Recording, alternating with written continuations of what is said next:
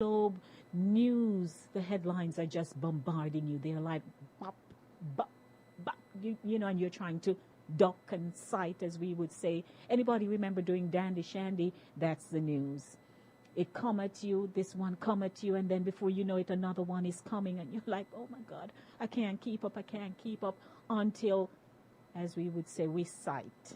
We keep sighting until we get knocked and we have to come out of the race. So hello to you. Our telephone number once again is 914 600 4228. That is 9.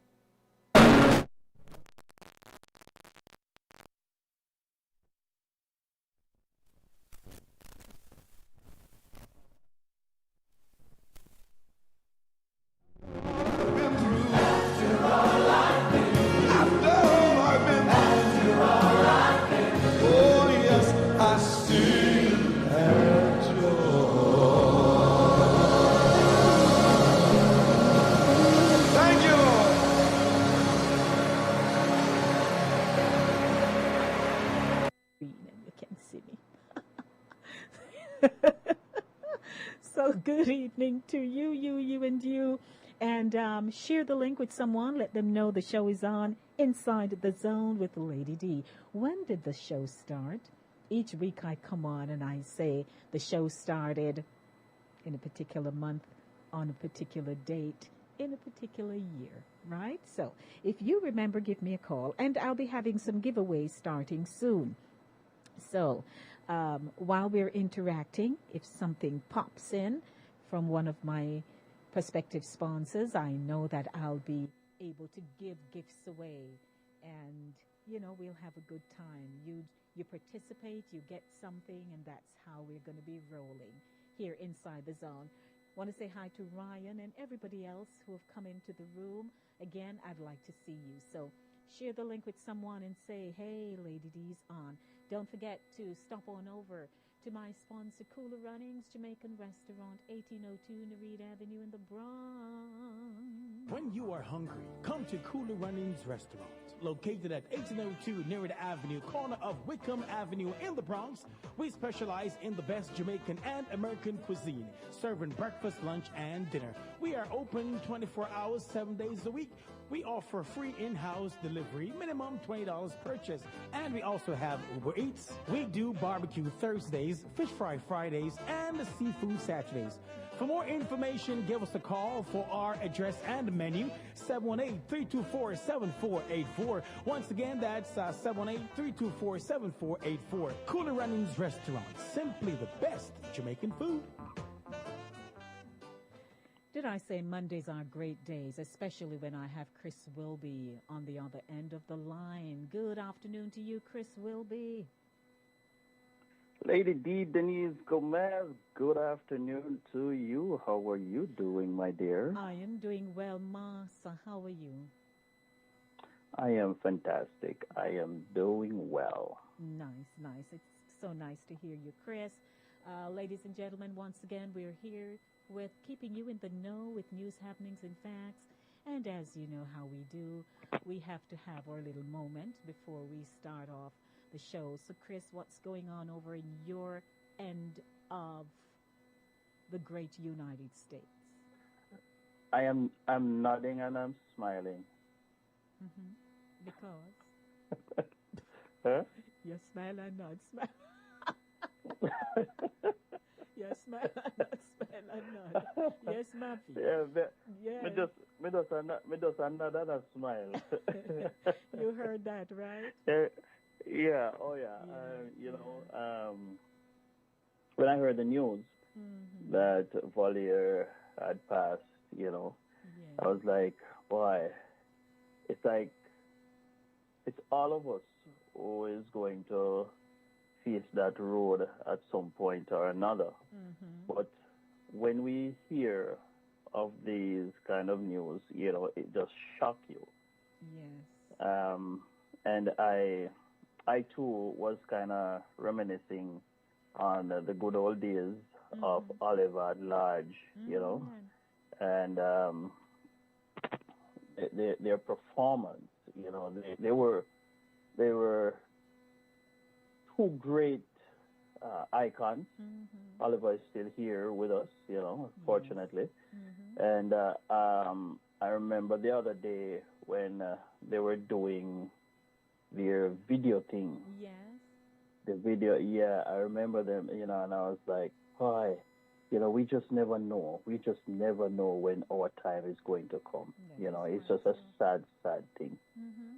And I remember airing a clip that was done a few months ago, and I was watching it last evening, trying to figure out should I bring the the comedy clip or should I bring an interview that was done with Oliver and Valier on TVJ. But when I looked at it, it was 13 minutes long, and I'm like, too much, too much. But just to see the camaraderie between the two of them, and how they shared what their vision for theater in Jamaica should be like, what it should be like, and it was very good. And I had played it several months back during my voices segment, so I said no, that kind of too much, too much. I just wanted something nice and light where persons could actually, those who have not heard his voice for a long time would say, oh, is that one? Because Yes, yes, undeniably, nobody yes. can say they don't know Oliver's voice, but when they hear Matthew, they'll say, "Oh yes, is him." So may his soul rest in Rest in peace. peace. Yes. Yes, ladies and gentlemen, it is now time for us to start off at 5 minutes after 6 o'clock with keeping you in the know with news, happenings, and facts. Brought to you by Cooler Runnings Jamaican Restaurant, 1802 Nereid Avenue in the Bronx, and Universal Document Solution Inc. 4225 Monticello Avenue, Bronx, New York. Good afternoon. Welcome.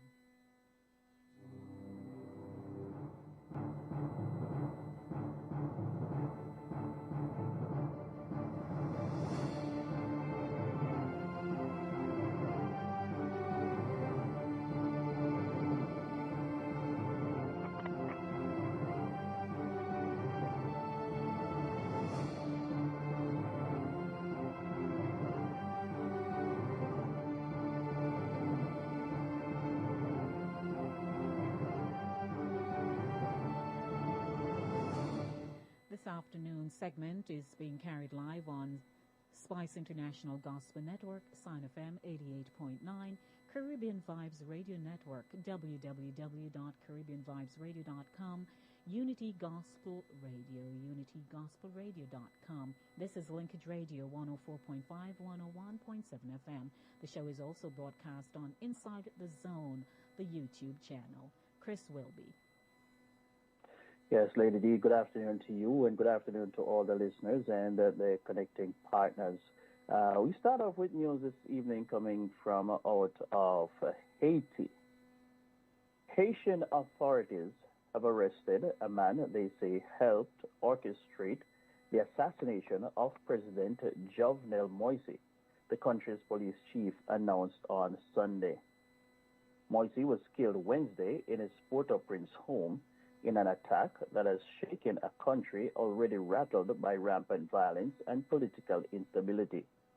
The arrested suspect, identified as a 63-year-old Christian Emmanuel Sanon, entered the country on a private jet in June, said Police Chief Leon Charles at a news conference. Police did not say what Sanon would be charged with or what his motives may have been beyond saying he arrived with political intentions. Sanon is alleged to have been in touch with a Florida-based Venezuelan security firm to recruit 26 Colombian mercenaries and 2 Haitian Americans. Their first assignment was to provide security for Sanon, but this mission is alleged to have evolved over time. Police have previously said a group of at least 28 people are suspected in the killing. At least 20 of those suspects have been detained, including 2 American nationals. 3 suspects have been killed, while a mass manhunt is underway for the 5 suspects still on the loose. Police said they received information on the operation from the detained Colombians. After the assassination, Sanon was the first person one of the alleged assassins called, said the police chief. Upon raiding Santa's house, police said they found 20 boxes of 12 and 9 mm caliber ammunition rifle and pistol holsters, 24 unused shooting targets, a cap labeled DEA, two vehicles, and four Dominican Republican license plates. Police said they also found correspondence with different sectors in the country, but did not specify who or what. It is not yet clear if Sannett, who police said was born in Marigot, Haiti, has retained legal representation to address potential charges and he has yet to publicly comment on the allegations. Charles said the Haitian police are working with intelligence authorities in the Colombian government to trace how the mercenaries got to Haiti, who they were working with in Colombia, and who financed the operation. Authorities have described the group of suspects as quote-unquote professional killers consisting of members of the Colombian military. But even as more details begin to emerge of the people who allegedly killed Moise, little is known about the suspected masterminds and their motivation for the attack. The arrest of Salad follows the arrest of two Americans identified by Elections Minister Matthias Spear and James Soledges and Joseph Vincent, both naturalized citizens from Haiti. The U.S. Department said on Friday it was aware of the arrest and was providing investigative assistance at Haiti's request. A delegation with representatives from the State Department, Department of Justice, and Department of Homeland Security is being sent to Haiti, a White House official said Sunday. Officials are also reviewing requests from Haiti to send several hundred U.S. troops to aid in stabilizing effort, said Pentagon spokesperson John Kirby on Fox News Sunday, though he declined to get ahead of that process. Colombia has also lent its assistance with security and investigation after the attack, sending a special police unit and national intelligence officials as well as personnel from Interpol assigned to Colombia's police. And out of London, England, Omar McLeod, the 2016 Olympic Games 110-meter hurdles champion, says he is heartbroken after being robbed of the opportunity to defend his title at the upcoming Tokyo Games. McLeod was left off the Jamaican team after finishing last in the final at the recent Jamaica Athletics Administrative Association J3A Championships in Kingston. Speaking at a press conference Monday ahead of his appearance at Tuesday's Wanda Diamond League meeting in London, an emotional McLeod accused the J3A of turning its back on him and said he was looking for the same treatment given to others in his position. The athlete, who had gone into the trials with the fastest time in the world, finished 8th in the final after hitting the first hurdle, and under the rules of the J3A was left out of the team for the Olympics. McLeod, who was said to have suffered cramps in his legs before the final after the semifinals the previous night, also described the scheduling of the races as ridiculous. Quote, "I am very heartbroken, honestly," he said. "I just don't think I was given or granted a fair opportunity to make the team with the most ridiculous schedule that I have ever seen in my years of track and field," unquote.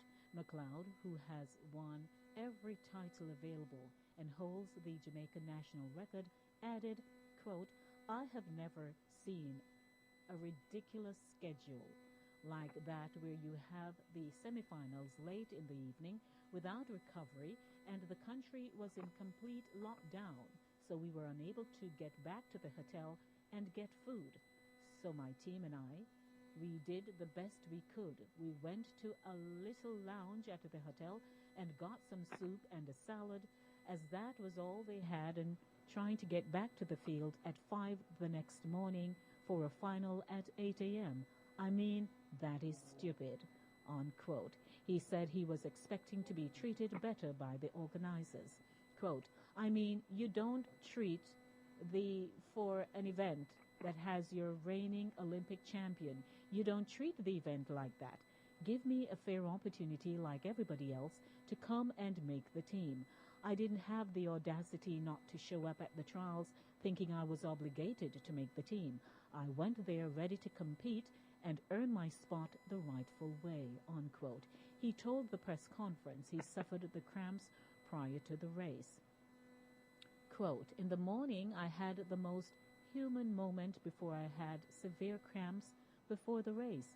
And in that moment, I just did not know what to do, and I thought my country would have had my back. We did a medical exemption, hoping that it has been done before for Usain Bolt and so many other athletes before, where they could not run in the finals or something happened and they filled out a medical exemption. But that was Usain Bolt. You can't deny him from going to the championships, and I thought I was in the same position, knowing that I won my country all their major gold medals and had historic moments where I was the first Jamaican to win a gold medal in every championships, and thought that I was going to be okay. But my name was not on the list, and so I am pretty heartbroken, unquote. McLeod said they tried to appeal the decision, but to no avail. Quote, my team and I, we did everything we possibly could. We sent them emails, we went and met with the J3A selection committee. We did everything that we could. I put out a statement on social media just to tell what happened. I mean, we did everything possible, but the decision was up to them.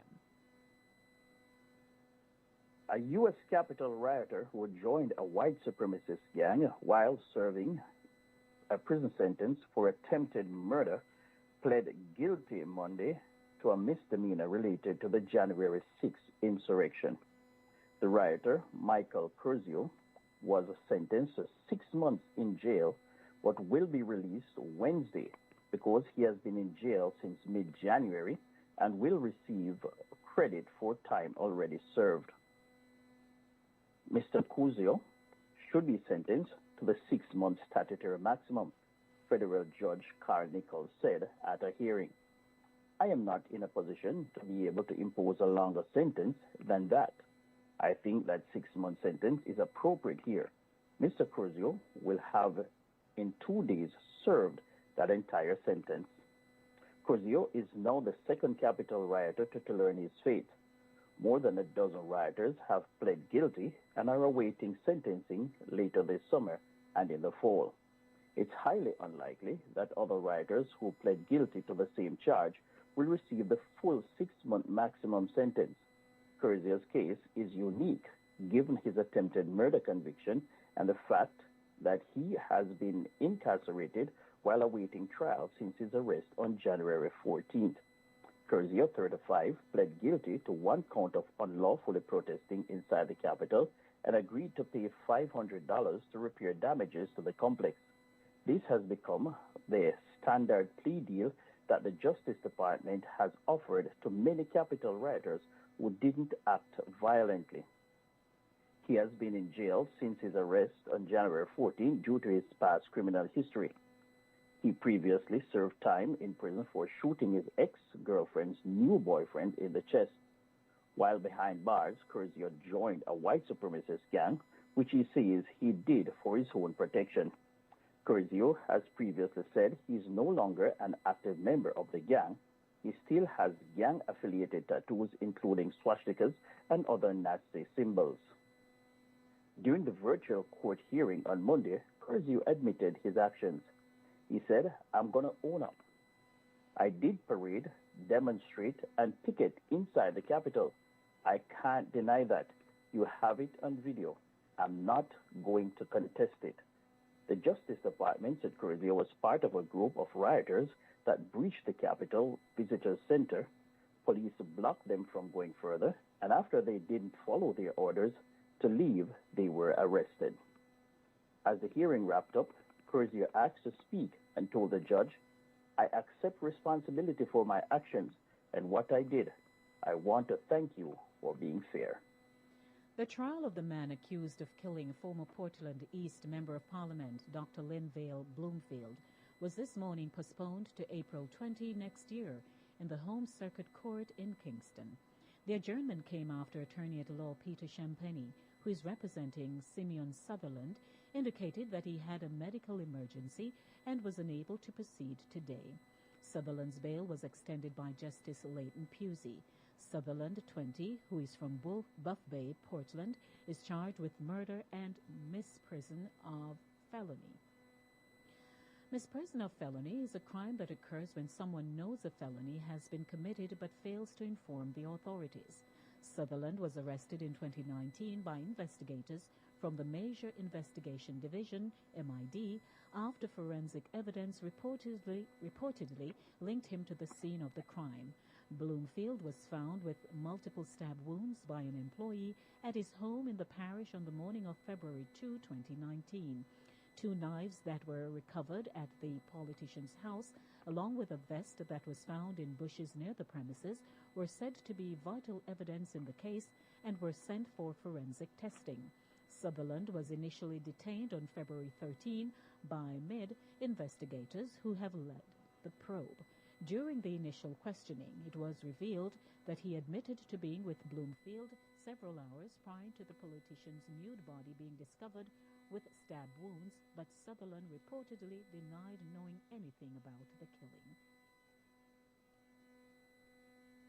Despite Augustown St. Andrew being designated a zone of special operations, the ZOSO, the peace residents celebrated 2 months ago has been disrupted as gunmen kill and injure citizens, the latest victim being 33-year-old Dadrian Shea. Shea was shot in the head by gunmen traveling on foot, and his room at Upper Goldsmith Villa firebombed about 2 a.m. yesterday. Though in a daze when the Jamaica Observer arrived at the location yesterday morning, Shea's relatives and friends unanimously agreed that his killing was unjustified. They considered whether it made sense to have soldiers and police personnel stationed throughout the community under the ZOSO if such grave incidents can occur in close proximity to joint police military bases. An elderly relative of Shea said a regular me see him, the soldier them up and down, and the boy them still come do that. The boy them wicked, and them not drive no car. Them build up them firebomb, and then them walk. A friend explained to the elderly relative that the gunmen keep a close watch on the security forces and therefore know when to strike. And it is now 21 minutes after 6 o'clock. Coming up next is Keeping You is, of course, Community Life, right here on the show, Inside the Zone with Lady D. If you're just joining us, welcome to Keeping You in the Know with news, happenings, and facts. Good afternoon, everyone. Our next headline, this is dated July 9. Out of New Jersey, United States. Police investigators in Teaneck, New Jersey, in the United States are yet to identify a cause for Thursday's devastating house fire that claimed the lives of a married couple who reportedly had migrated from Jamaica to the USA. Delton Brown, 32, and his wife, Amoya, 29, were actively involved at the West Side Worship Center in Englewood, New Jersey, and were being hailed for their devotion to each other and their church. A fire allegedly started on the second floor of their house on Arlington Avenue in Teaneck just after 3 a.m. on Thursday, a report from CBS New York said. The couple were found on the third floor and did not survive, the reports shared. Later in the day, as news of the tragedy spread, loved ones gathered across from the scene for an emotional prayer vigil. Bishop Winston George Christian, the pastor of Westside Worship Center, reportedly told CBS New York that Amoya was like his daughter. Quote, when she migrated here several years ago, she spent every Christmas at my home. Delton is my right hand, unquote, he said, adding that he officiated at the couple's wedding 5 years ago. Quote, I don't know what I'm going to do without them, unquote. Christian said, adding, quote, they're that integral a part of our ministry, unquote. While indicating that the couple were originally from Jamaica, the article stated that the Browns did not have children. Police authorities did not say what caused the house fire. CBS New York reported, while noting that the matter was, however, under investigation. A friend of the Brown family has since set up a GoFundMe account to raise money for the couple's funeral expenses.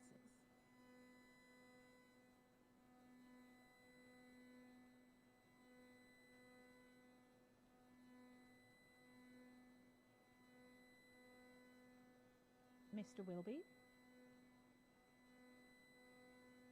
Okay, I think I have lost.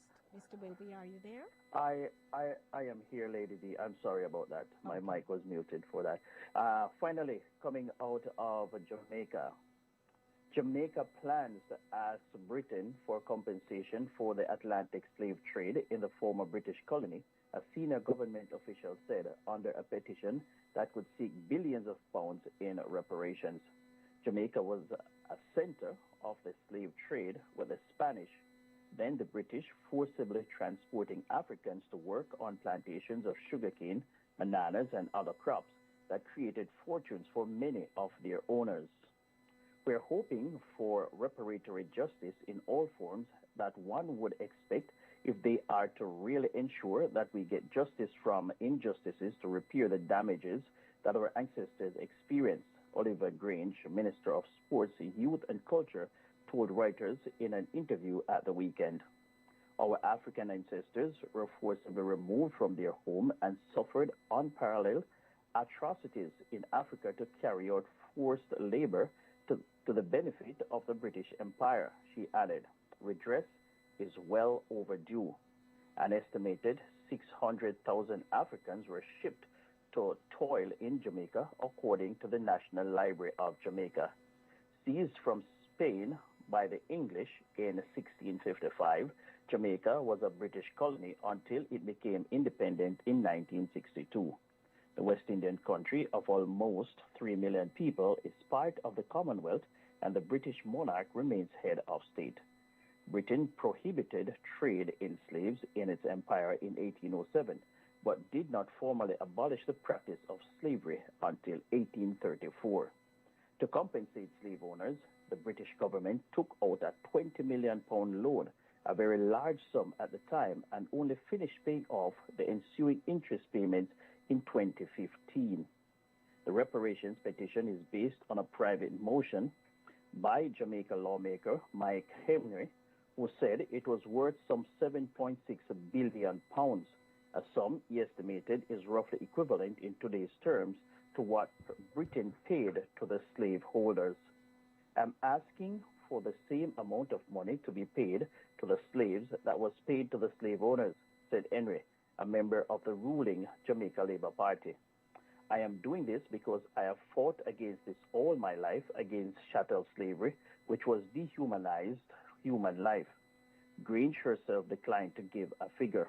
The petition, with approval from Jamaica's National Council on the reparations, will be filed pending advice from the Attorney General and 3 legal teams, Grange said.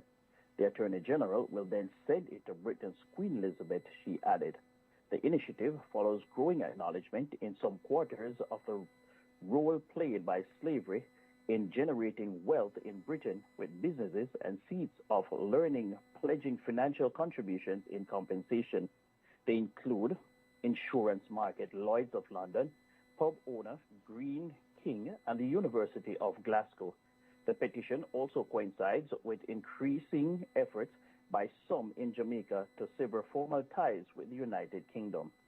Opposition lawmaker Michael Phillips in December presented a motion to remove the British monarch as head of state. More than 15 million people were shackled into the transatlantic slave trade, according to the United Nations.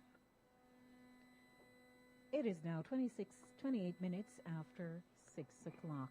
This is Inside the Zone with Lady D, Denise Gomez, keeping you in the know with news, happenings, and facts. Brought to you by... When you are hungry, come to Cooler Runnings Restaurant, located at 1802 Nerid Avenue, corner of Whitcomb Avenue in the Bronx. We specialize in the best Jamaican and American cuisine, serving breakfast, lunch, and dinner. We are open 24 hours, 7 days a week. We offer free in-house delivery, minimum $20 purchase, and we also have Uber Eats. We do barbecue Thursdays, fish fry Fridays, and seafood Saturdays. For more information, give us a call for our address and menu, 718-324-7484. Once again, that's 718-324-7484. Cooler Runnings Restaurant, simply the best Jamaican food. At Universal Document Solution Inc., we are the best in resolving your passport, birth certificate, and driver's license needs. But that's not all we have to offer. Our services also include marriage certificates, late entry of name, late registration, deed poll, preparing immigration forms, notary public services, and other specialized documents designed to meet your needs. UDS is at 4225 Monticello Avenue, Bronx, New York, 10466. Our friendly and courteous staff is ready and waiting. So pick up the phone. Don't delay. Call us at 914-384-4903 or 914-361-9466. Also visit our website at www.udssolution.com or email xpow473@gmail.com. Universal Document Solution Inc. No hassle. We do it all for you. Welcome back, ladies and gentlemen. 6:30 p.m. Oh boy, I'm a lady of time. I timed it right. We just presented the headlines as they appear today, and so we invite you to give us a call. Let's start our discussion. 914-600-4228, 914-600-4228. Are there headlines that we read that piqued your interest? Of course, you're welcome to call us. Now, recently, so Mr. Whilby, let's start off with the headlines and then we can get into our segment in Community Life, because recently a sprinter found herself, an American sprinter that is, Shakari Richardson. She was tested positive for cannabis, so we're going to talk about that a little bit, because interestingly, I had a conversation recently with a gentleman, and, we discussed several things, and we had to and we concluded that, and we'll discuss what we concluded in that discussion. But nevertheless, from the headlines, let's see what happened here, because you have any take right now on the headlines, or we can get right into Community Life? Yeah, the headline coming out of Haiti. Mm-hmm. It's very interesting, I've been listening and reading the stories coming out of Haiti. And there's a lot of things that's not adding up, Lady D. You have an unpopular president, and then you have people coming in from outside of the country Mm-hmm. to assassinate him. Mm-hmm. And they were able to do it by passing his bodyguard. One would have thought that the president of a country or the prime minister of a country would have had the tightest security one could imagine in the country. So it means, therefore, that if they can pass the bodyguard of the president of the country and kill, anybody can kill anybody in that country. There is nobody safe in that country, and to hear now that, there is this group that was well funded and all that to take out a prime minister, to take out a president, a ruler of a country. Well, so I don't know. There's just a lot to it. there might be a lot to it, but then you have mercenaries, right? And they're contract killers. And so if there is a group of people, an organization that wants to have something done, they'll get it done. And this is what has played out for the world to see. Now, when I was listening to another broadcast station, a gentleman who called in from Haiti says that while it seems shocking and unbelievable, and I'm not quoting him verbatim, but in his essence, this is what he was saying, that while it is seemingly so shocking to us that he would have had his security detail present and what have you, the gentleman says that based on his understanding, and he's at a high level in government in Haiti, he says his understanding was that when they barged in, they declared to them that if they wanted to live, they had better not react with gunfire, or else they're just going to wipe them out. That's what he says. So allegedly. So if that's what played out, it tells me that these people, they got scared in that moment, even if they are trained. And it's unfortunate and very unfortunate if they really did not think that they needed to defend, because they're hired to do so, to defend the president rather than thinking of themselves first. But that's what played out based on what I heard and the depth of the conversation, the discussion, rather. So that aside, that would tell me in my layman thinking that they just opted not to bother. Now, as they are probing into the investigations, here you have a doctor who has also surfaced in this debacle. Mm-hmm. So that tells us, Chris, that, there are people who are strategic in how they operate. And Yeah, it's they an know international ring. yes, they know the right time, they knew when. And Mr. Moise was already told that, they're going to snuff him out. And he said it, that he knows that people are after him to kill him. He just didn't know when. And if you ask me, they could have murdered his wife right away. They just sent her a message. So they didn't bother kill her. Right? So we discussed that Haiti has always been one of those countries that are oppressed, suppressed. And it is coming from way back, so far back. And it's almost like any sitting president they've had is either never good enough. There's always something that just isn't right. And there is a revolt, an uprising of sorts. Haiti, just like Jamaica and other Caribbean countries that were under slavery, they got their independence and they were oppressed.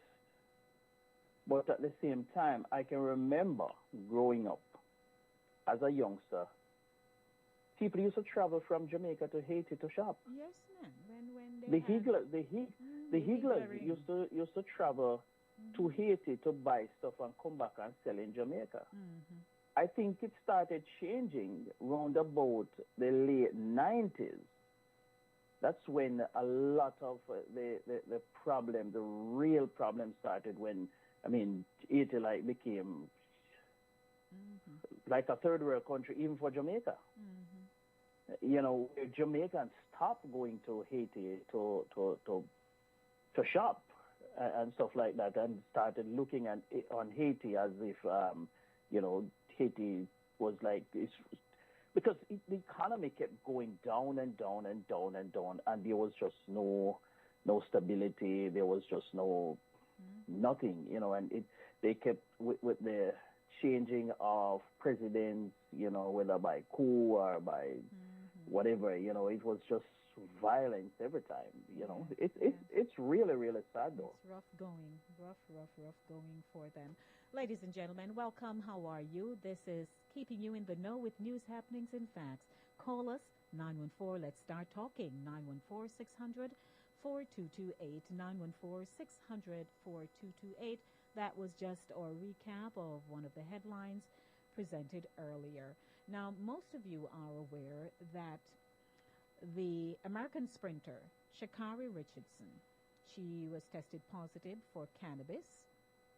and she's unlikely to get the chance to challenge. Well, she's not getting it now to challenge for the Olympic 100 meters title in Tokyo later this month.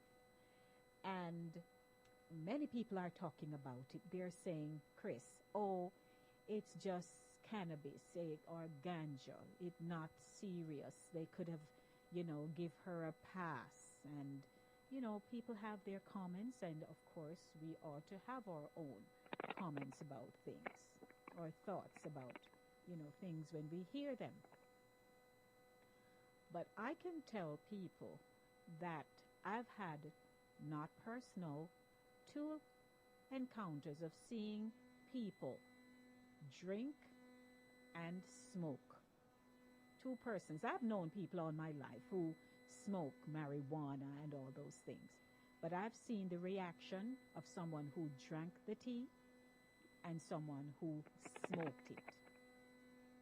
And doctors will tell you that the reaction from one person to the next is totally different when it comes on to this thing. And somebody said, then if you smoke, what that can do when you run? But it does something. It's either it makes you feel like you have an abundance of energy. You could take on the world, which I'm sure perhaps would have happened in Miss Richardson's case, where it pumped her up so much she ran like a lightning. But the 2 people I know who drank the tea and smoked, I am telling you, it's like they were going out of their minds. They were just out of it because people's reaction is different. So now, Chris, if you have rules and guidelines, and human beings, we don't do very well with rules and guidelines. We always think that it doesn't apply to us, or we should get a slap on the wrist. Human beings, that's how we roll.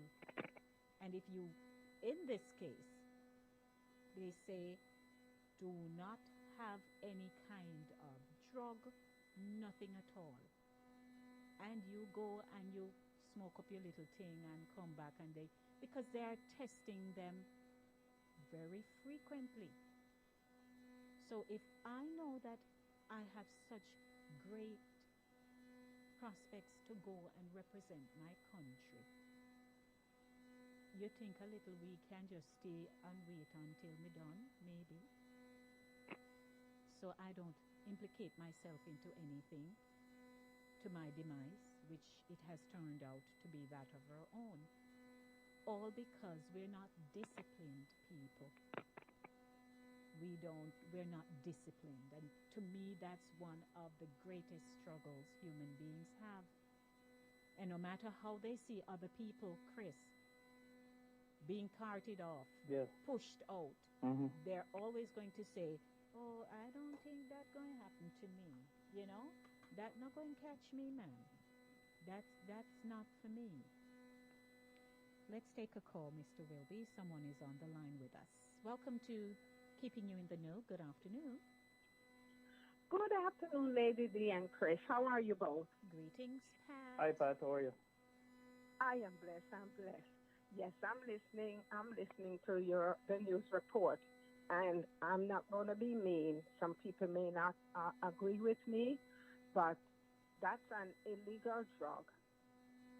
Marijuana is an illegal drug. They tell you that you cannot have illegal substance in your system if you're going to be running.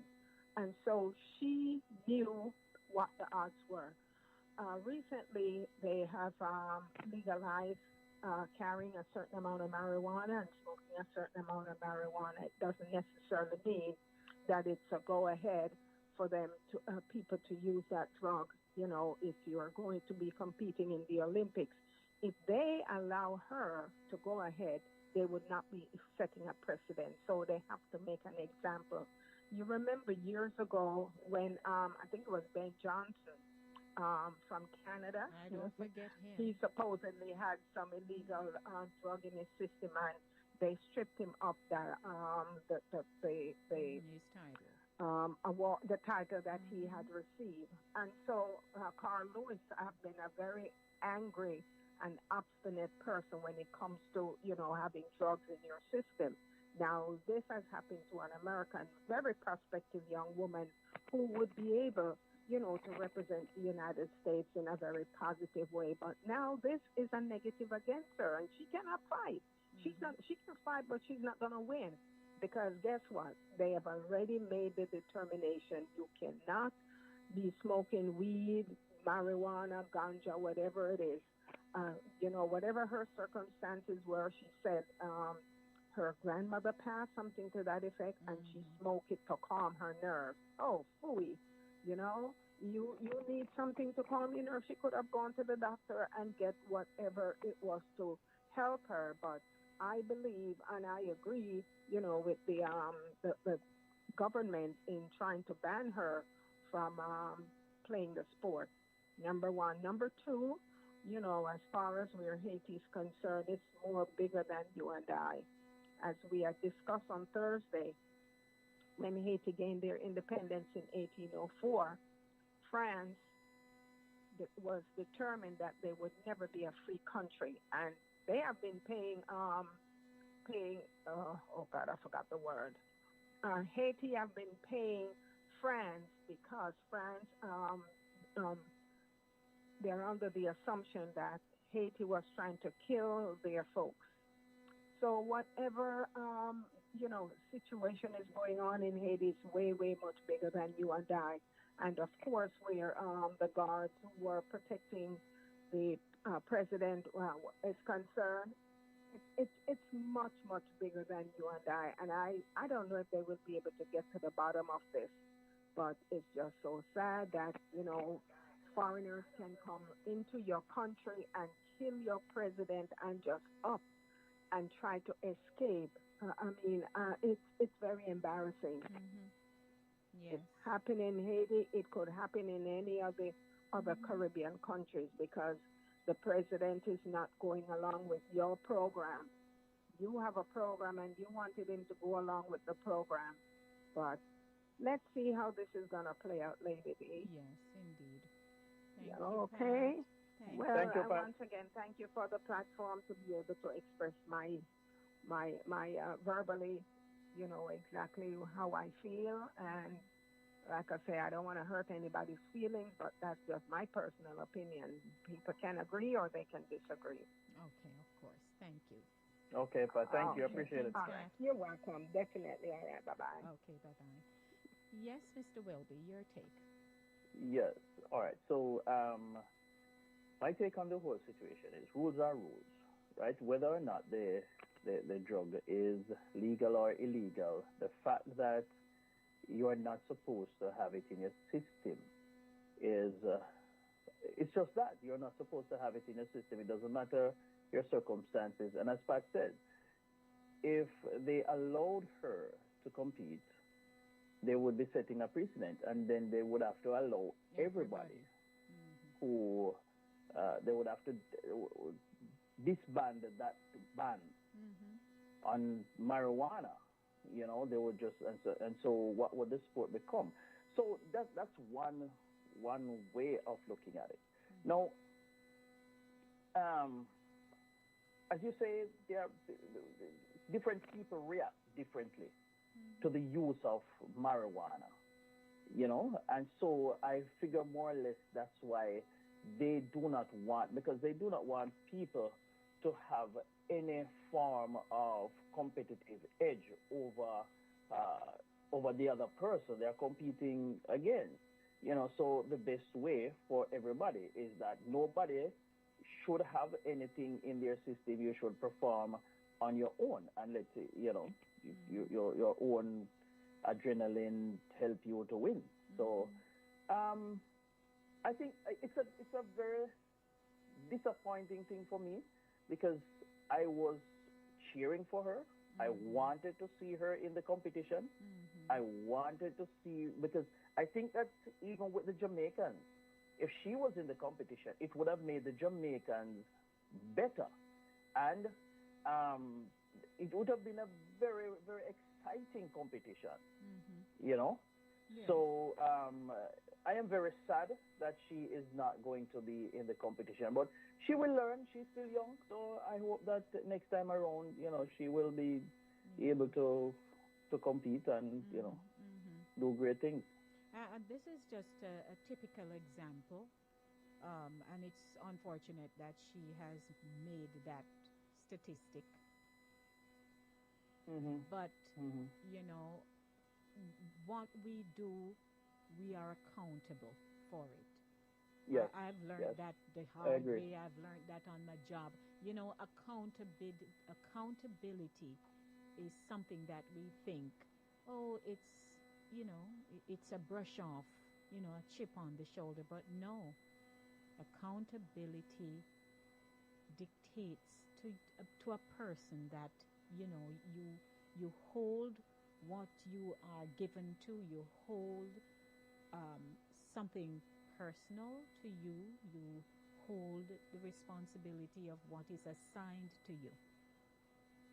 And Hmm. if you just disregard it, then you're telling somebody, well, I can do what I want. But when they penalize you, that's when the uproar takes effect. Yeah, You are having yeah. an issue, everybody else starts to have one. And, again, we human beings, I tell you, we are our own worst enemy. We always do the things that we're not to do, and that's by nature, but we tend to think we can get away with it.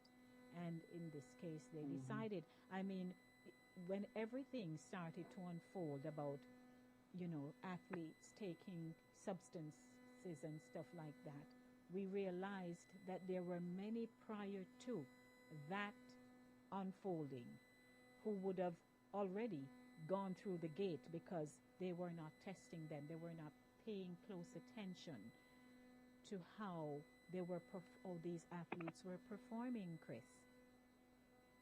And it Hmm. was no wind assisted, nothing, right? But those people went through the gate already. So they couldn't do a Yeah. recall. That was years prior. But now they have decided that no, there are people who are athletes who are genuinely gifted. They train hard and they are not taking any enhancement drugs. So how dare you try to come to surpass them? I don't know. I don't know if she actually. I mean, I don't know, and I'm not judging. That she really took it to enhance her running or to having a competitive edge.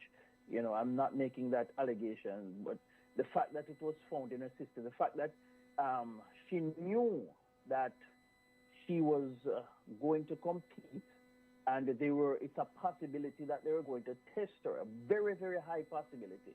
She should have avoided the drug altogether. But what happens, is that sometimes some people, I know of people who they take up these habits that it is difficult for them, even in circumstances like these, when they Yeah. know, because they feel like, oh, I can do it in a few days, because some of them will even get advice from friends that, oh, you can do it and you can take this or you can take that and it will hide it when you're ready to go.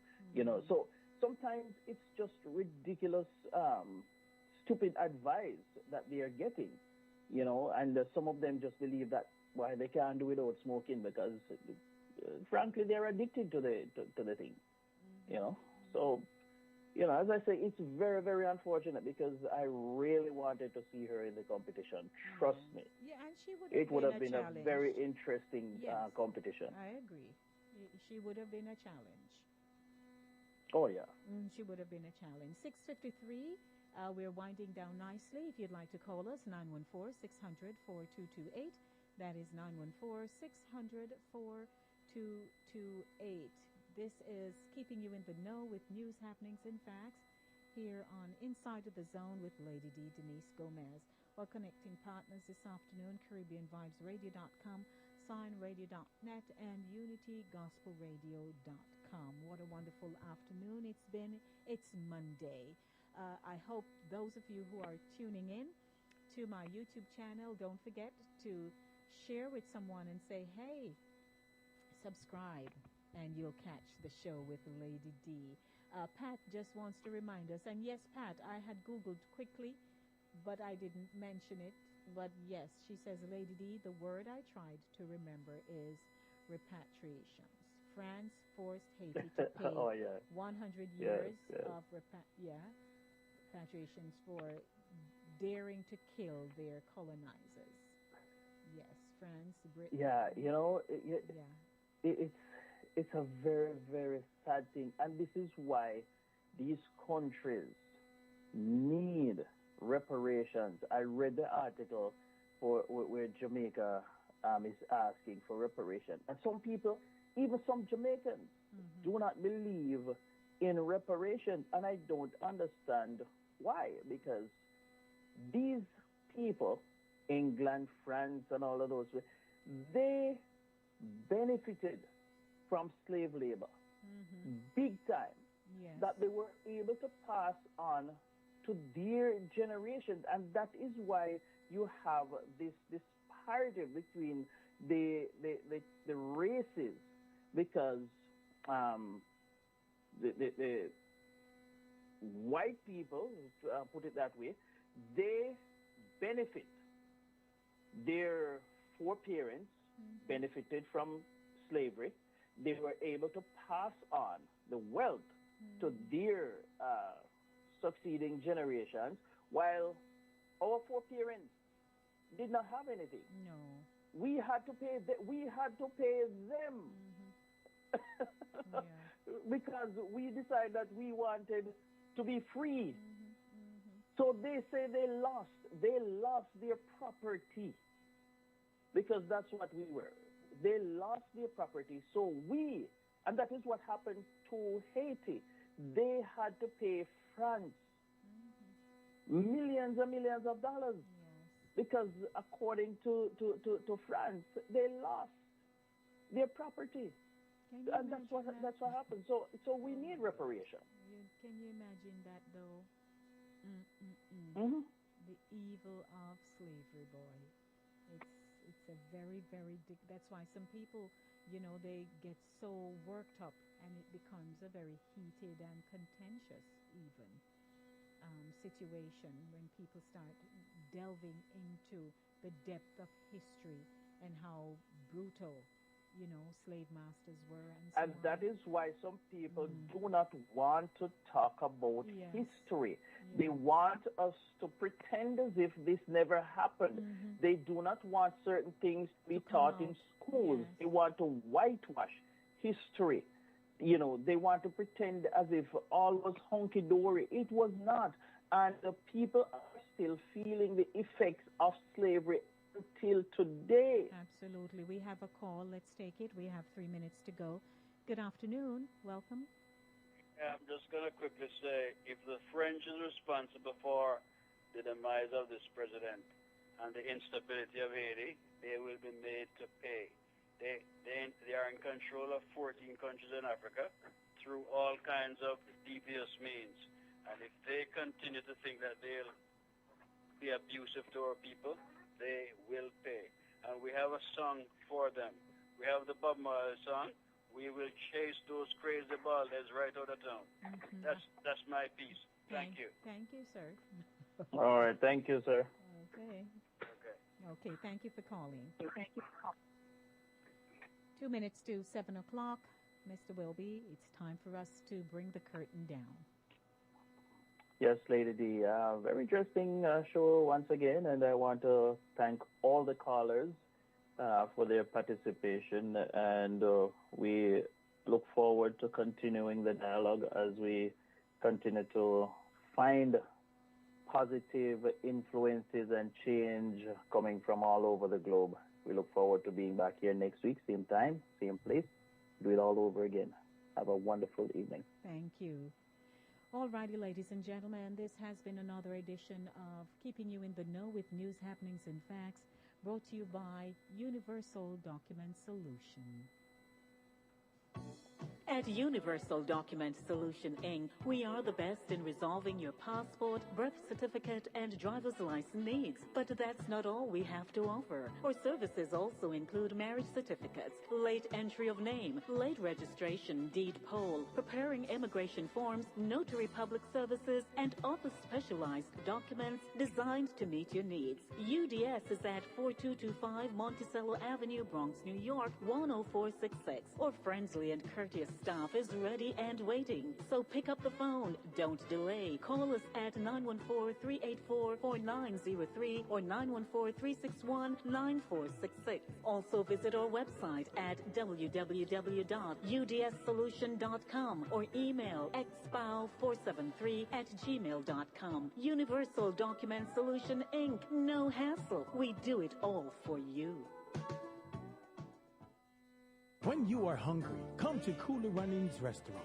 Located at 1802 Nerid Avenue, corner of Whitcomb Avenue in the Bronx, we specialize in the best Jamaican and American cuisine, serving breakfast, lunch, and dinner. We are open 24 hours, 7 days a week.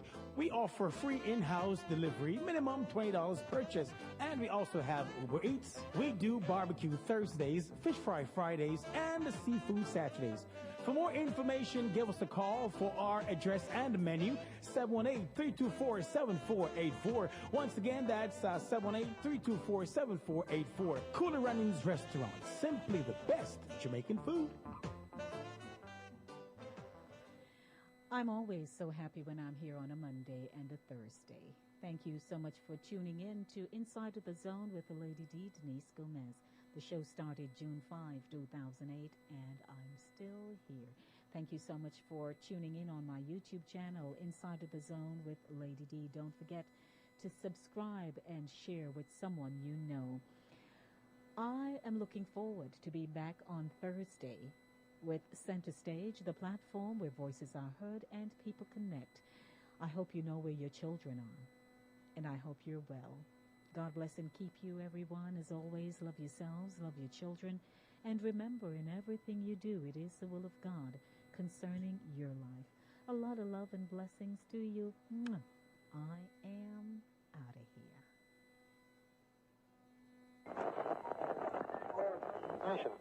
There are radio stations within